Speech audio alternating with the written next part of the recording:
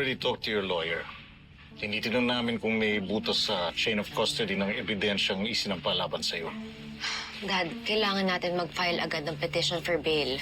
Hanggat nasa stock ako dito, pwedeng mag-post ng danger si Angel sa mga taong nasa paligid niya, including my family. Ginagawa na namin yung lahat, Vanessa. Pero sa lawyer, you know we have to address first the facts of the case. Ikaw ang tinuturo ng mga victim. At ang kwintas mo ang natagpuan sa gamit ng kidnapper. Malamang si Angel ho ang kumuha ng kwintas na yun sa kwarto ko. Siya ang nagplanta ng ebidensya para magmukha akong guilty. Bakit, Dad? I read the forensics report na nakuha ng abogado mo. Kung si Angel ang kriminal at siyang nagtanim ng ebidensya, explain this to me. Bakit walang fingerprint si Angel sa pendant ng kwintas mo? Bakit fingerprints mo lang ang nandun? Kung hinawakan ni Angel ang kwintas para itanim bilang ebidensya, dapat may trace yun. Pero malinis, Vanessa. Ang tanging bakas na nandun ay ang sayo. Hindi ko talaga maintindihan si Carlito. Bakit mas pinapanigan pa niya yung babae niya, samantalang ako yung asawa niya? Baka naman po may rason si Tito Carlito, kaya na-convince siya kay Kuya Marco. Kahit na. Kung hindi niya ako kayang paniwalaan at ipagtanggol bilang asawa niya, kahit man lang bilang abogado, ako yung biktima dito eh. My God, Angel.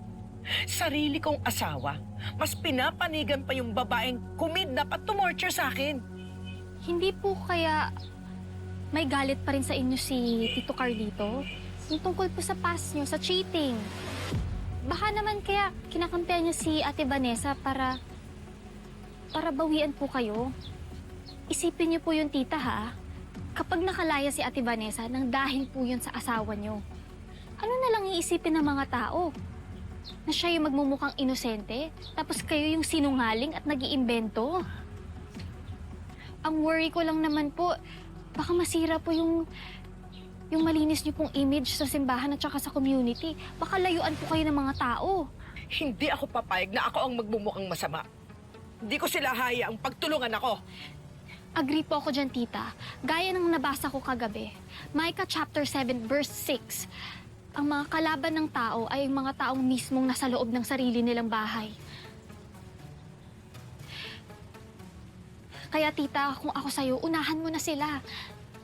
Protektahan niyo po yung dignidad niyo bago po nila baliktarin yung katotohanan. Matalino si Angel, Dad. Alam niya na siguro na titignan yung fingerprints, kaya malamang nag-gloves yun. Lahat to planado niya. This was not just a random act. It was a premeditated frame-up. That's a weak argument, Vanessa. Sa court, hihingan tayo ng proof na gloves nga ang nagamit. Forensic science is based on what is there, not what there could have been. Mahirap i-prove ang wala.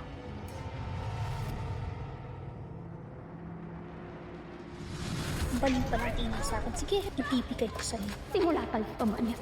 Lahat ko kunin ko sa'yo. Aagawin ko ang asawa mo, anak mo. Lahat aagawin ko sa'yo. Maintindihan mo yan? Maintindihan mo yan? Dad, may sinabi siya sa akin. The last time that she was here, ang sabi niya, simula pa lang to. Hindi ba enough yon as admission of guilt? Inamin niya na siyang may kagawa ng lahat ng to. Sino ang mga ibang nakarinig? May gusto bang tumayo ng witness? May recording ba? It's just your word against hers. At sa ngayon, ikaw ang itinuturo ng biktima. And it's your fingerprints nasa ebidensya. Dad, please naman. Nanay niya na mismo nagsabi eh. May violent tendency talaga si Angel. Hindi siya normal, Dad.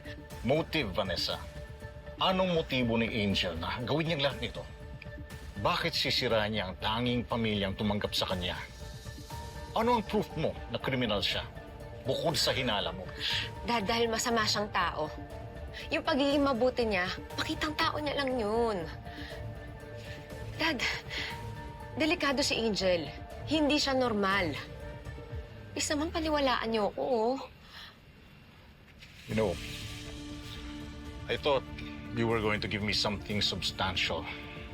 Yung pala, puro speculation pa rin. Nag-aaksaya lang ng oras dito. Dad, paniwalaan niyo naman ako. Dad, tulungan niyo naman ako. Please. If not for me, then para sa mga apo niyo. Dad, delikado ang buhay nila habang nandyan si Angel sa tabi nila. Dad, please. Hannibal!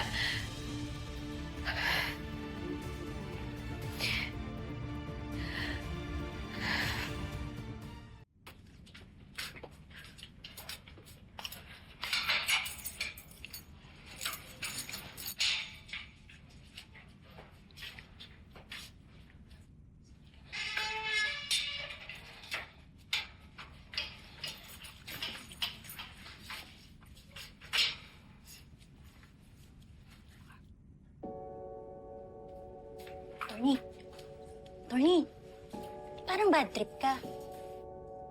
Uy, huwag mo na nga masyadong kulitin. Baka lalo pa magalit sa atin yan. Torny! Ba't di mo na lang kaya gamitin yung pagiging attorney mo? Labas mo na lang yung sarili mo dito. Mukhang magaling ka naman eh. Hindi ako magaling. Bobo ako. Bobo ako dahil nagtiwala ako sa maling tao. Nagpapasok ako ng halimaw sa sarili kong bahay. Pinatuloy ko yung demonyo sa tabi ng mga anak ko. Kaya ito yung parusa ko.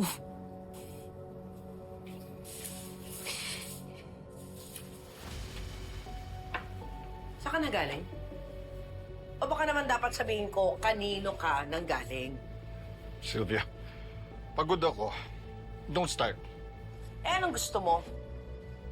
Wala akong gagawin, samantalang alam ko na nakikipagkita ka behind my back sa kriminal na yon. Gusto ko lang marinig ang side ni Vanessa. Dahil nagpapanik si Marco. Gusto ko lang malaman kung may basehan naman sinasabi niya. Trabaho ko yan bilang abogado.